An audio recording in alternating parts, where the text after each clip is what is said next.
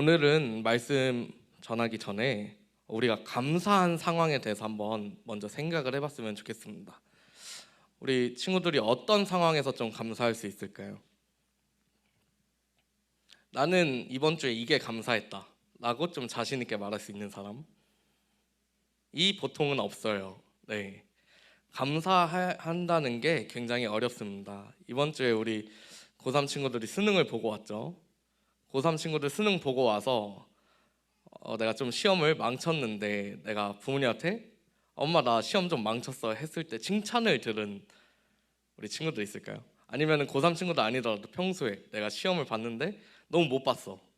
근데 부모님이 너무 잘했어, 너무 고생했어, 감사해 라는 대답을 들어보신 우리 친구들 있을까요?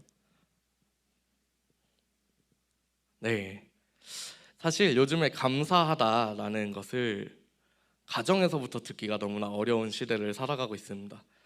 제가 알기로 어떤 친구 중에서는 평균이 87점, 88점 이래요.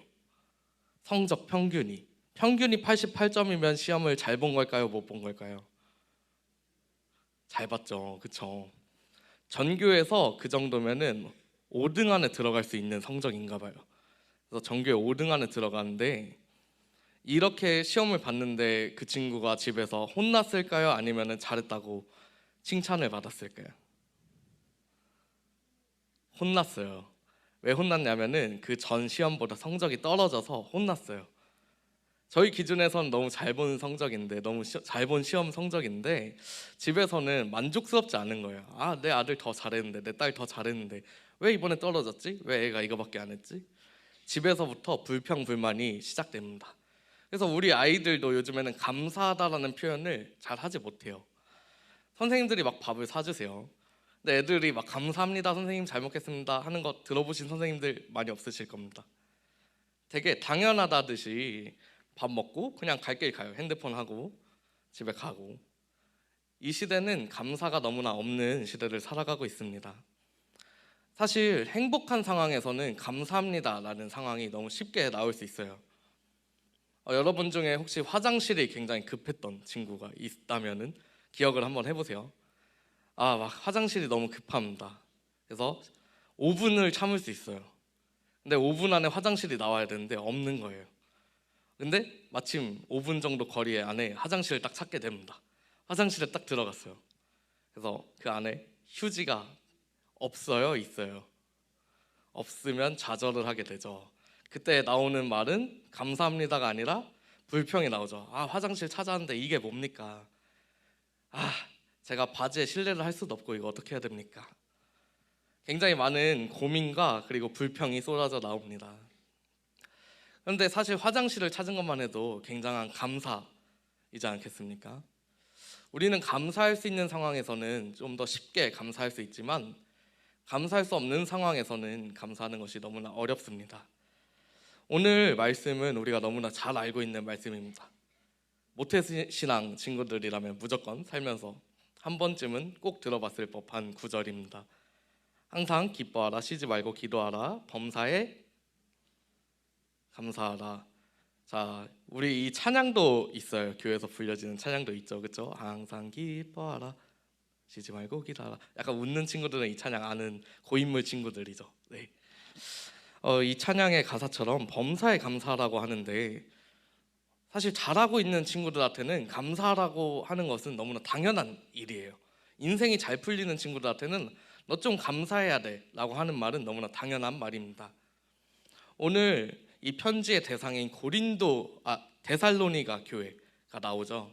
데살로니가 교회는 사실 다른 교회 본이 되는 교회입니다. 굉장히 잘하고 있는 교회예요. 칭찬받는 교회입니다. 이 교회한테 바울이 편지를 하는데 범사에 감사하십시오 라고 편지하고 있는 것입니다. 좀 이상해요. 너무 잘하고 있는 교회인데 왜 더 감사해야 돼요? 너무 잘하고 있는 교회인데 이미 감사가 넘쳐날 건데 왜 범사에 감사하라고 바울이 이렇게 편지를 했을까요? 그 당시 상황을 우리는 좀 더 생각해 봐야 합니다. 당시 상황은 그리스도인 교회한테 그렇게 긍정적인 상황은 사실 아니었습니다. 데살로니가 교회가 있던 그 당시에 데살로니가 교회는 어디에 소속이 되어 있을까요? 누구의 통치를 받았을까요? 그 지역이 우리 많이 들어봤을 거예요. 누구의 통치를 받았다? 우리 친구들 말씀 듣고 한 주 만에 다 까먹는 것 같은데, 자, 로마의 통치를 받았습니다. 네, 로마의 통치를 받았기 때문에 로마의 황제를 숭배해야 됐어요. 마치 이런 거죠. 우리가 일본의 통치를 한국이 받을 때 한국이 뭔가 주도권이 있었을까요? 없었어요. 일본의 그 천황을 숭배해야 된다라고 하면서 천황 숭배를 굉장히 강요를 했었습니다. 로마도 이와 마찬가지로 황제를 숭배하십시오라고 그 백성들에게 선포합니다. 그러나 교인들은 사실 황제를 숭배할 수 없었어요. 교인들은 하나님이 유일한 한 분이시기 때문에 하나님 외에 다른 신을 섬길 수 없었기 때문에 황제 숭배를 하지 않았습니다. 그렇게 되니까 어떻게 될까요? 당시 사회에서 계속해서 고립이 됩니다.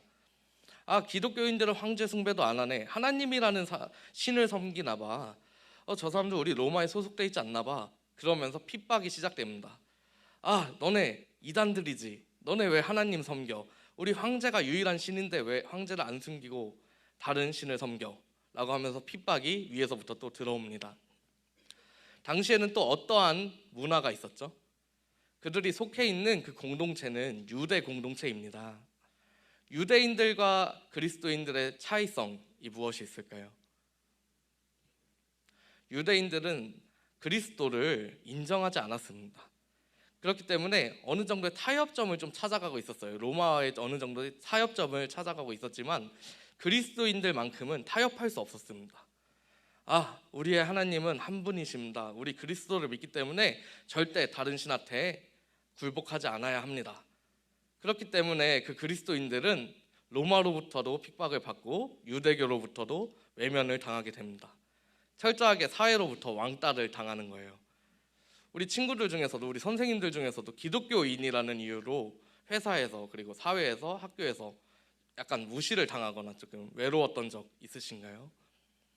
그러면 이 말씀에 더 공감이 가실 겁니다. 데살로니가 교인들은 그렇게 감사할 수 있는 상황이 아니었다는 것입니다. 그런데 바울은 범사에 감사하라 라고 그들에게 편지하고 있습니다. 왜 바울이 데살로니가 교인들에게 범사에 감사하라 라고 말하고 있을까요? 그 이유는 단 한 가지입니다. 이 세상의 것이 영원하지 않은 것을 바울은 알고 있습니다. 그래서 데살로니가 교인들도 그 사실을 알았으면 좋겠다는 거예요. 그래서 이렇게 편지합니다. 범사에 감사하는 것이 영원한 하나님 나라를 바라보는 것입니다. 당장 너무 힘들어요. 내가 신앙생활 하는데 너무 힘든 겁니다. 신앙을 내려놓고 싶어요. 그런데 감사가 나올 수 있을까요? 없습니다. 쉽지 않아요. 학교에서 내가 예수님 때문에 핍박을 받는데 감사할 수 있을까요? 쉽지 않습니다. 창고에 돈이 쌓여 있을 때는 우리가 감사할 수 있습니다. 성적이 너무 잘 나올 때는 하나님 감사합니다. 역시 제가 기도빨이 있었네요. 하나님 제가 기도하길 잘했네요. 내가 교회 나가길 잘했네요. 라고 말하기가 너무 쉬운데 내 성적이 떨어지고 우리 가정이 기울어져 가면은 하나님 이게 뭐예요? 하나님 내가 하나님을 믿겠다고 교회도 열심히 나가고 헌금도 했는데 왜 이렇게 하십니까? 하나님 믿으면 잘 돼야 되는 거 아니에요? 라면서 불평불만을 하게 되는 것입니다. 모든 상황 가운데 감사하는 것은 너무나 어렵습니다. 그러나 우리는 범사에 감사해야 합니다. 그 이유가 그 뒤에 구절에 나오고 있습니다. 23절의 말씀 제가 읽어드리겠습니다. 평강의 하나님이 진히 너희를 온전히 거룩하게 하시고 또 너희의 온 영과 혼과 몸이 우리 주 예수 그리스도께서 강림하실 때에 흠없게 보존되기를 원하노라. 이 말씀입니다. 그리스도인들에게는 이 말씀, 이 구절이 엄청난 위로가 됩니다. 하나님 감사합니다. 나를 거룩하게 하셔서 나를 구분하셔서 세상과 다르게 하셔서 끝까지 감사하게 하시고 항상 기뻐하게 하시고 항상 기도하게 하심을 감사합니다 라고 표현할 수 있어야 합니다. 우리는 그렇게 고백할 수 있어야 합니다. 특히 어려운 상황 가운데 놓일수록 하나님 앞에 감사하다고 해보십시오. 쉽지 않은 거 압니다. 만약에 저희 가정이 아무도 교회를 다니잖아요. 내가 교회를 몰래 나와요.